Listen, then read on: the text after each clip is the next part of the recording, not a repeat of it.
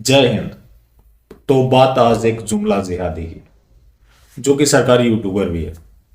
अब सरकारी यूट्यूबर का काम क्या होता है आप भली भांति जानते हैं, जिसके बारे में मैं विस्तृत चर्चा करूंगा। उम्मीद करता हूं कि आप एंड तक देखेंगे, ताकि और भी जितने सरकारी यूट्यूबर्स हैं उनको भी समय रहते एक्सपोज किया जा सके, क्योंकि ये दिहाड़ी वाले लोग लोगों के माइंड को पॉल्यूट कर रहे हैं। तो कल योगी जी और मोदी जी की मुलाकात हुई। अब दो लोग मिलते हैं तो आपस में क्या बात करते हैं, जब तक आधिकारिक रूप से कोई बयान ना दे तो आप कयास कुछ भी लगा लीजिए। हुआ भी वैसा ही। कुछ लोगों का कहना था कि मोदी जी ने योगी जी से कहा कि हमने अपना काम कर दिया है, अब तुम टिकैत की गाड़ी पलटा दो, यूपी चुनाव के बाद हिसाब होगा। तो एक सरकारी यूट्यूबर उसने कहा कि मोदी ने अपना उत्तराधिकारी चुन लिया है और ये सनातन धर्म में संकेत का बड़े मायने होते हैं, और ये संकेत काफी है कि मोदी अपने समय के अनुसार रिटायर हो जाएंगे, खुद बलिदान हो जाएंगे, लेकिन युवराज को कुछ नहीं होने देंगे। हमारी दायित्व तो है कि योगी जी को 300 प्लस सीट दिया जाए और मोदी को गाली ना दिया जाए। मोदी को भला कौन गाली दे रहा है? बात है सच्चाई की। अब सच्चाई जब आप बताते हैं तो ये जुमला जिहादी कहते हैं कि एक बड़ा साजिश चल रहा है। जो हो रहा है वो साजिश नहीं है, जो बता रहा है वो किसी साजिश का शिकार है। युवराज को कुछ नहीं होने देंगे। प्रवीण भाई तोगड़िया याद है आपको? नरेंद्र दामोदर दास मोदी 1982 में उनके स्कूटर के पीछे बैठकर घुमा करते थे। प्रवीण तोगड़िया के साथ क्या हुआ आप में से कुछ लोग जरूर जानते होंगे, किस तरह से उन्हें बर्बाद किया गया। लाल कृष्ण आडवाणी जी याद है, जिन्होंने नरेंद्र दामोदर दास की कुर्सी बचाई। लाल कृष्ण आडवाणी जी के साथ क्या हुआ? राजनाथ सिंह सबसे लड़कर उन्होंने प्रधानमंत्री का उम्मीदवार नरेंद्र दामोदर दास को घोषित करवाया। दूसरे कार्यकाल में कई ऐसी कमेटियां थी जहां से उन्हें बाहर कर दिया गया। वो बाद में हालांकि रूठ गए और आरएसएस में उनकी अच्छी पैठ है, इसलिए बाद में उन्हें शामिल किया गया। तो नरेंद्र दामोदर दास किसका भला सगा होगा, ये बहुत हैरान करता है। अब क्या है कि ये जो जुमला जिहादी है सच को भी झूठ बताते हैं। अब देखिए नजारा बनारस का है। क्या चचाई माई के कोख में इतना कंकड़ पत्थर भरायल हो। अच्छा है? कितना नुकसान हुआ ये? अरे विकास अच्छी चीज है, लेकिन ये माई के कोख में इतना कंकड़ पत्थर भरा है। अच्छा नहीं हुआ है? ऐसा दिखले रहा है। माँ गंगा ने बुलाया है, गंगा पुत्र बनल रलन है। शहर के मंदिर का तोड़ दिया हैं? शहर के मंदिर का तोड़ दिया। सैकड़ों मंदिर तोड़ा गल, हत्या हो गल उन देवी देवतन का। जेसीबी लगा लगा के उखाड़ के फेंक दिलन।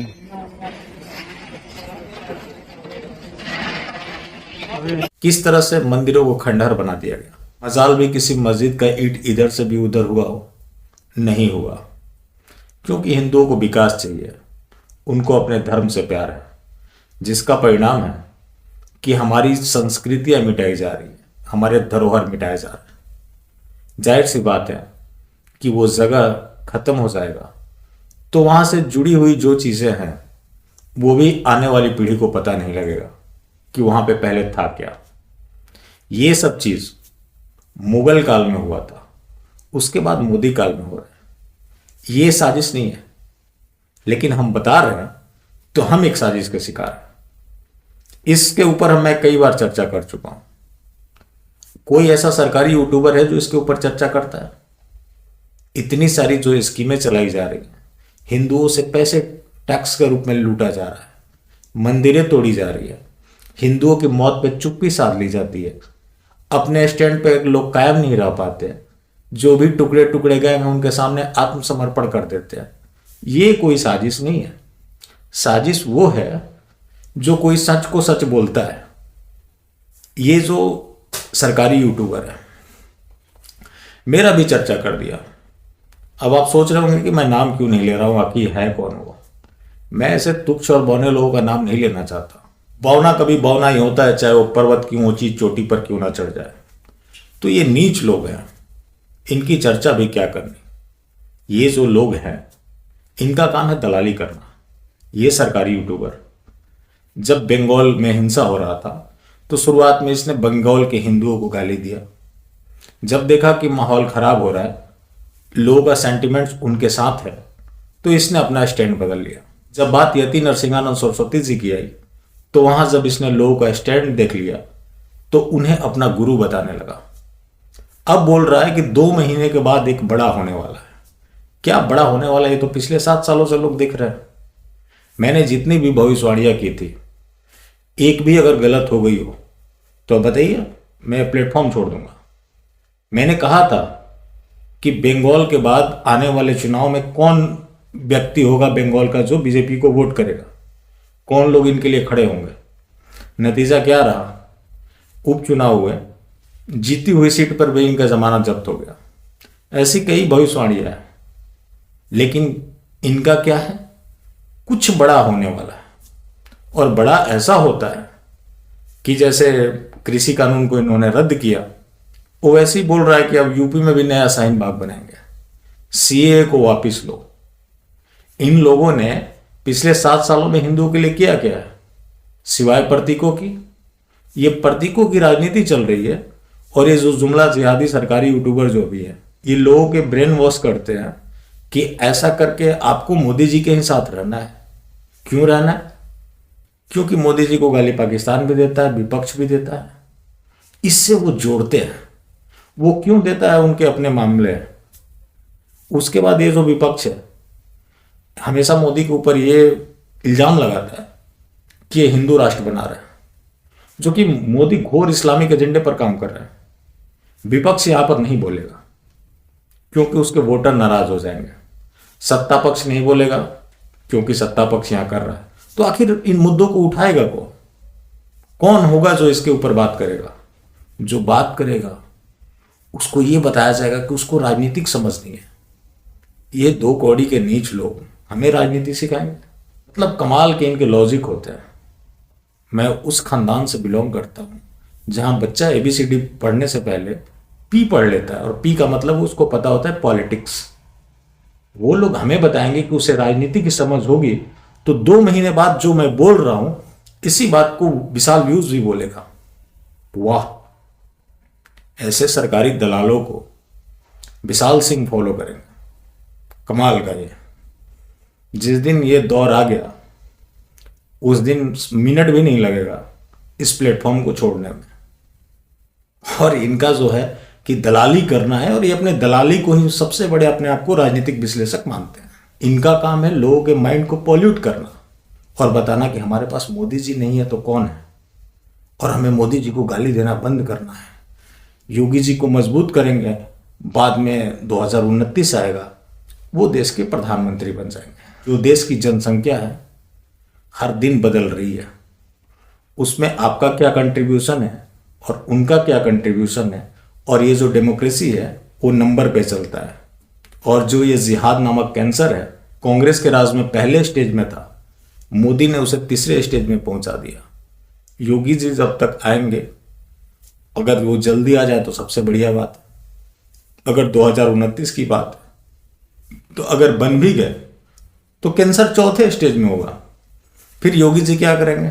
अब यहां पे कुछ टेक्निकल बात करें तो भारत में डिसेंट्रलाइजेशन ऑफ पावर है। स्टेट की जो police and law and order है वो स्टेट मेंटेन करेगा, और जो पहले से डर रहा है, अगर लोगों के विरोध की वजह से नहीं बदला तो योगी जी भी उसी को आगे बढ़ाएंगे। इसमें कोई शक नहीं है कि योगी जी एक बेहतर प्रशासक है, लेकिन आज योगी जी को काम नहीं करने दिया जाता। चलिए, उस समय अगर बन भी गए तो क्या कर लेंगे जब देश पूरी तरह से इस्लामीकरण के लिए तैयार होगा। जो जुमला जीवी की नीतियां हैं जिसके बारे में हमेशा चर्चा करता रहता हूं, आप बताइए कि कहां से ये हिंदू राष्ट्र बनाना चाहते हैं। बात आती है राम मंदिर की, जिसमें इस सरकार का कोई कंट्रीब्यूशन नहीं रहा। कोर्ट के फैसले को अगर आप नरेंद्र दामोदर दास का फैसला मानते हैं तो फिर हर कोर्ट के फैसले को उन्हीं का फैसला मानना होगा। चलिए मान लिया कि बनवा भी दिया, आज से 20 साल बाद आप अपने घर की हिफाजत नहीं कर पाएंगे, राम मंदिर तो बहुत दूर की बात है। आज के जो ये हालात हैं ये बने रहे तो, और जो मैं इनको देखता हूं तो ऐसा लगता है कि भारतवर्ष में हिंदू अपना समय काट रहा है। जो अगर बीमारी है तो विटामिन से ठीक नहीं होगी, उसका इलाज करना पड़ेगा, लेकिन इलाज हो नहीं रहा। यहां तो जिहाद को फंडिंग किया जा रहा है, जहां विरोध होता है ये लोग सरेंडर कर देते हैं। हिंदू हित या देश हित में कोई अगर मांग उठे उसको कुचल दिया जाता है। इस सरकार में अगर आप हिंदू हैं और अपने अधिकारों के लिए लड़ रहे हैं तो सबसे ज्यादा खतरे में हैं आप। याद है कुछ महिलाएं दिल्ली में गई थी प्रदर्शन करने जनसंख्या नियंत्रण कानून को लेकर। दिल्ली पुलिस ने महिला पुलिस वालों को बुलाना भी जायज नहीं समझा, उनको जेंट्स पुलिस वालों ने उठाकर अंदर डाला। वही शाहीन बाग होता है, ये लोग तमाशा देखते हैं। उसी का परिणाम है कि किसान आंदोलन हुआ और अब फिर से शाहीन बाग बनाने की धमकी दी जा रही है। तो जब एक प्रशासक का डर खत्म हो जाए तो फिर इस तरह की चीजें होती हैं। वही किसान आंदोलन तथाकथित चल रहा होता है, वहां ये लोग मौनी बाबा बन जाते हैं, वहां हत्याएं होती है, बलात्कार होते हैं, लेकिन इनके ऊपर कोई फर्क नहीं पड़ता। कुछ लोग 8 अगस्त को जाते हैं देश हित में कुछ कानूनों की मांग करने के लिए, संविधान को लागू करवाने के लिए, जनसंख्या नियंत्रण कानून के लिए, उनको उठाकर जेल में डलवा दिया जाता है। बाकी शाहीन बाग में देश विरोधी नारे लगते हैं, हिंदू विरोधी नारे लगते हैं। अब एक चीज तो तय हो गया है कि जितने भारत में सफल आंदोलन होते हैं उसके जड़ में हिंदुत्व का विरोध होता है, वो सफल हो जाता है। लेकिन अगर कोई हिंदू अपनी मांग उठाते तो उसको उठाकर जेल में डाल दिया जाता है। और जो बाकी आंदोलन चलते हैं वहां सरकार अपरोक्ष रूप से मेहरबान होती है। बात करें इनके डिवीजन की तो इनके प्रवक्ता हिंदूवादी राष्ट्रवादी है, लेकिन जो इनकी नीतियां हैं वो पूरी तरह से जिहाद को समर्पित है। एक मैंने और भविष्यवाणी की थी कि अगर कोई भी मुसलमान भारत माता की जय, जय श्री राम इस तरह की चीजें बोलता है तो उसकी बहुत कीमत वसूलता है। ताजा एग्जाम्पल है शहजाद पूनावाला, जिन्हें भारतीय जनता पार्टी का राष्ट्रीय प्रवक्ता बना दिया गया। अब शहजाद पूनावाला आप में से बहुत लोग ऐसे होंगे जिनके वो लाडले होंगे। पहले की डिबेट आपने देखी है उनकी और अभिजीत की, उनकी या तारिक फतेह की। फिर कैसे इस तरह से हृदय परिवर्तन हो जाते हैं। अभिजीत ने बोला था कि तुम्हारा नाम पूनावाला की जगह लाहौर वाला होना चाहिए। ये आदमी टीवी डिबेट में पाकिस्तानियों को समर्थन कर रहा था। आज बहुत बड़े राष्ट्रवादी हैं, भारतीय जनता पार्टी ने भी राष्ट्रीय प्रवक्ता बना दिया। तो जितने भी मुसलमान भारतीय जनता पार्टी में आते हैं इस तरह के नारे लगाते हैं, और बाद में अगर उसके ऊपर सवाल होता है तो मेरा दिन मेरे लिए, तुम्हारा दिन तुम्हारे लिए। कभी आप लोग सुनते हैं कि भारतीय जनता पार्टी में जितने भी मुसलमान हैं किसी आतंकी संगठन की मुखालफत करें? नहीं करते हैं। शहजाद पूनावाला उनमें बेहतर है, लेकिन इन्होंने भारत माता की जय, जय श्री राम बोला, उसका अवार्ड मिला। और सब छोड़िए, मोदी की स्कीम तो स्कीम है, उनके आंसुओं पे भी अल्पसंख्यकों का अधिकार है। आप देखिए, कोई गौ तस्कर भी मरे वहां पे इनकी आंख से आंसू निकलने शुरू हो जाते हैं, बाल्टी भर भर के रोते हैं।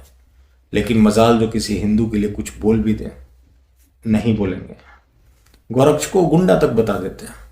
उसके बाद ये जो सरकारी यूट्यूबर है हमसे एक्सपेक्ट करते हैं कि हम इन्हें हिंदूवादी बताएं। ऐसा नहीं हो सकता। अगर ये हिंदूवादी हैं और मैं जो कहता हूं कि ये इस्लाम परस्त है, तो मैं तो ओपन चैलेंज करता हूं, कोई आके ये साबित कर दे कि नरेंद्र दामोदर दास एक हिंदूवादी व्यक्ति हैं। बात है मर्द मुजाहिद की, जो कि जफर सरेशवाला ने कहा था।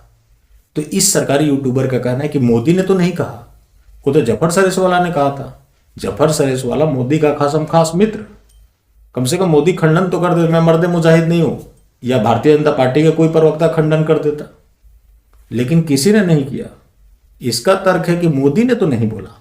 इस तरह से दलाली करके लोगों का ब्रेन वॉश किया जाता है, और लोगों को लगता है कि जब ज्यादा लोग बोल रहे हैं तो ये बात सच ही होंगी।